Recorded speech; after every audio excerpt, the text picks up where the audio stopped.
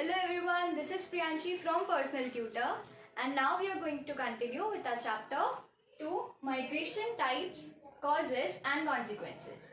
Now we are going to do the last part of the chapter, which is consequences.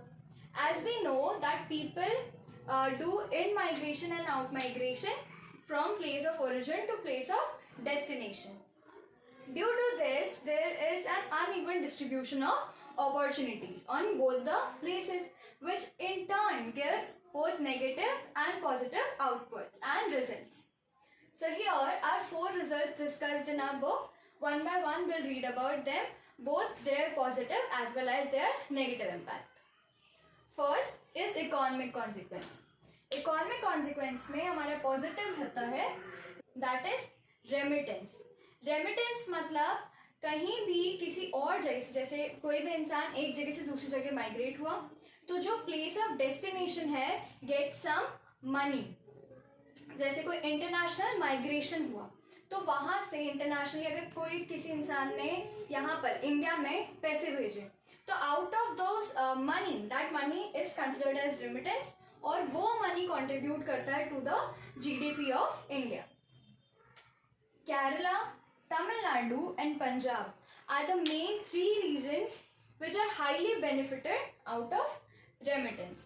India में भी 2002 में around $11 billion का remittance आया था. Second is it benefited Green Revolution. At the time of 1960s जब Green Revolution हुआ था और as we have seen that UP और बिहार से people migrated to Haryana and regions of Punjab, जिसके कारण उन रीजन्स में जो ग्रीन रिवॉल्यूशन चल रहा था उसको बेनिफिट मिला क्योंकि वहां पर लेबर बढ़े तो वैसे ही वहां पर जो प्रोडक्शन थी वो भी बढ़ने लगी. सो ये जो रेमिटेंस है इसे हम यूज करते हैं, जो गवर्नमेंट होती है वो इसे अलग अलग पर्पस के लिए यूज करती है. जैसे कहीं हेल्थ केयर के लिए यूज कर रही है, कहीं एजुकेशनल फैसिलिटीज प्रोवाइड करने के लिए यूज करती है. अब इकोनॉमिक कॉन्सिक्वेंस के नेगेटिव इफेक्ट्स क्या क्या होते हैं. First is unregulated migration. Unregulated migration यानी अनरेगुलेटेड का मतलब होता है not controlled by any law, जिसके कारण क्या होता है ओवर क्राउडेड एरियाज बन जाते हैं. तो अगर कोई लॉ कंट्रोल नहीं करेगा किसी माइग्रेंट को या number of groups of people कहीं पर भी आकर रहने लगेंगे तो वहाँ का जो भी इंडस्ट्रियल एरिया है, जैसे महाराष्ट्र, गुजरात, यहाँ के जितने भी इंडस्ट्रियल एरियाज हैं यहाँ पर क्राउडेड रीजन्स बनने लगते हैं. जैसे ये इंडस्ट्रियल रीजन है.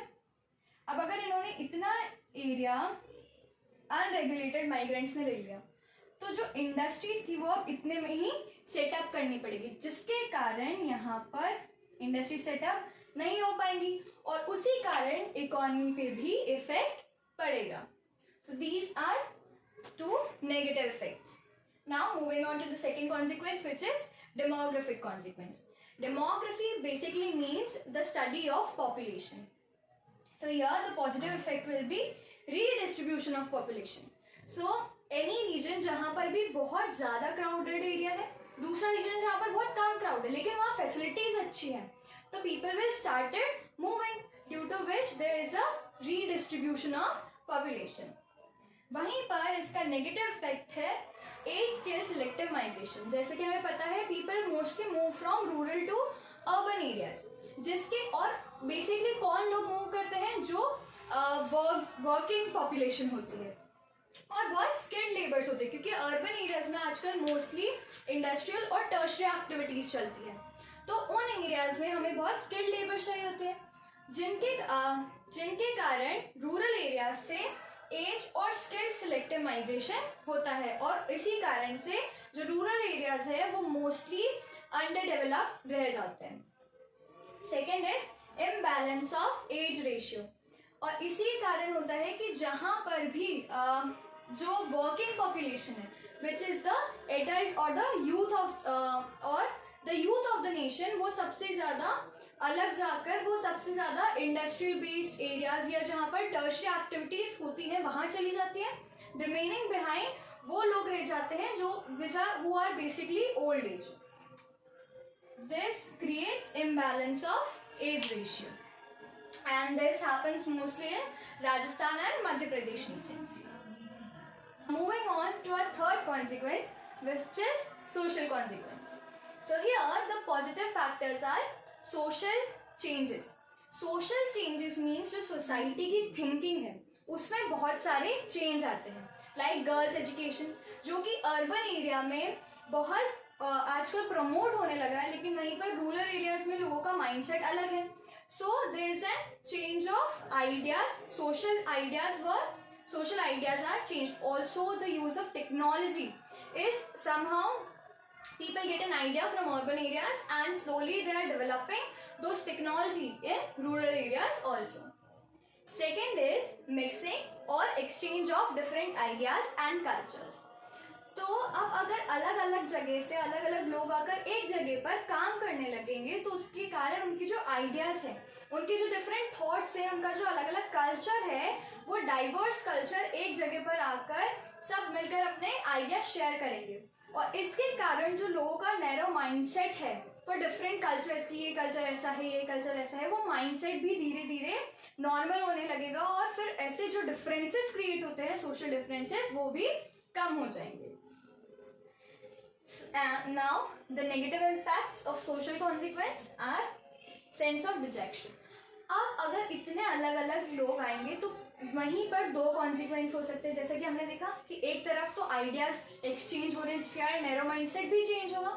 सेकेंडली उसी तरफ नेगेटिव इम्पैक्ट क्या हो सकता है कि वहीं पर अगर इतनी सारी डाइवर्सिटीज हैं तो उनमें कोई ना कोई ग्रुप तो ऐसा होगा या कोई जना ऐसा रह जाएगा आइदर इंटेंशनली और नॉन इंटेंशनली कि अगर उसको पूरी जैसी अपॉर्चुनिटी सबको मिल रही है वैसी अगर नहीं मिली तो he'll face a sense of dejection और being rejected. और उसको ऐसा लगेगा कि उस पर कोई ध्यान नहीं दे रहा है. and he will go through anonymity. Anonymity means when someone's name is not known. जब किसी इंसान को नहीं जाना जाता then that person is known as anonymity. इसका सेकेंड नेगेटिव कॉन्सिक्वेंस है एंटी सोशल एक्टिविटीज. अब जब किसी को लगेगा कि हमें यहाँ पर हमारी अपॉर्चुनिटीज नहीं मिल रही है so they will obviously will go for some criminal acts which are anti-social. So these are positive and negative impacts of social consequence. Now last is environmental consequence. What is there in environmental consequence? As we know, rural areas are less polluted than urban areas क्योंकि वहाँ पर ज़्यादा लोग हैं, वहाँ पर ज़्यादा industries चलती हैं, जिसके कारण एक जगह पॉजिटिव तो क्या हुआ कि जो ऐसे एरियाज हैं जो लेस क्राउडेड है, जो बेसिकली रूरल एरियाज हैं जहाँ पर लेस इंडस्ट्रीज हैं, वहाँ पर एनवायरनमेंट ज़्यादा सेफ है, ज़्यादा सिक्योर है, लेस पॉल्यूटेड है. ऑन द अदर हैंड दूसरी तरफ जहाँ पर बहुत ज़्यादा इंडस्ट्रीज हैं और बहुत ज़्यादा डेवलपमेंट हो रहा है, जहाँ पर माइग्रेंट्स बहुत ज़्यादा जा रहे हैं, वहाँ पर पॉल्यूशन बहुत हाई होता है. अर्बन इंफ्रास्ट्रक्चर, अगर rural to urban population migration होती है तो उसके कारण अर्बन इंफ्रास्ट्रक्चर पर बहुत ज़्यादा प्रेशर हो जाता है क्योंकि लैंड एरिया तो उतना ही है. यहाँ पर पहले से अर्बन एरिया में लोग रह रहे हैं, पर माइग्रेशन होता है तो उसके बाद यहाँ पर और लोग हैं तो इंफ्रास्ट्रक्चर तो इनका सेम है लेकिन वहाँ पर पॉपुलेशन बढ़ गई तो इसके कारण इस लैंड पर, इतने ही लैंड पर अगर ज़्यादा लोग होंगे तो लैंड पर प्रेशर बढ़ेगा. This is pressure on urban infrastructure. Second, slums are created. अब अगर इतने सारे लोग होंगे तो ये ज़रूरी नहीं कि सबको प्रॉपर हाउसिंग फैसिलिटीज़ प्रोवाइड हो रही है, जिसके कारण अलग अलग जगहों पर बहुत ज़्यादा ओवर क्राउडेड एरियाज हो जाएंगे और वहाँ पर स्लम्स बनने लगेंगे और वहाँ का जो लैंड है उस पर प्रेशर इतना बढ़ जाएगा कि वहाँ के लोगों की, वहाँ का लैंड और वहाँ के लोग उस एरिया को रिटेन नहीं कर पाएंगे. Last is depletion of ground water, क्योंकि कोई भी जगह कहीं भी रहेगा तो हमें वाटर की ज़रूरत तो है, लेकिन इतने लोगों में अगर वाटर प्रोवाइड करना है तो उसके लिए हमें ग्राउंड वाटर की भी ज़रूरत होगी सरफेस वाटर के साथ साथ. इसीलिए it will cause a depletion of ground water. Population high है, उसके बाद जहाँ पर भी गए हैं so they will obviously go to those places जहाँ पर उनको बेटर जॉब अपॉर्चुनिटीज़ मिल रही है. और जॉब अपॉर्चुनिटीज़ भी किस में, सेकेंडरी और टर्शियरी एक्टिविटीज़ में, जिस भी एक्टिविटी, किसी भी सेक्टर की एक्टिविटी में वाटर की अवेलेबिलिटी हमें बहुत ज़्यादा होती है। दैट्स वाई उस रीजन में वाटर लेवल जो है, ग्राउंड वाटर लेवल जो है वो डिप्लीट होना शुरू कर देगा। There are 2 or 3 more factors or 2 or 3 more results or consequences which are like there is male selective out migration basically, as we have seen, for jobs and employment purposes. तो उसके कारण जो females रह जाती है पीछे, जो भी बैकवर्ड एरियाज होते हैं उनमें, putting more mental and physical pressure on females.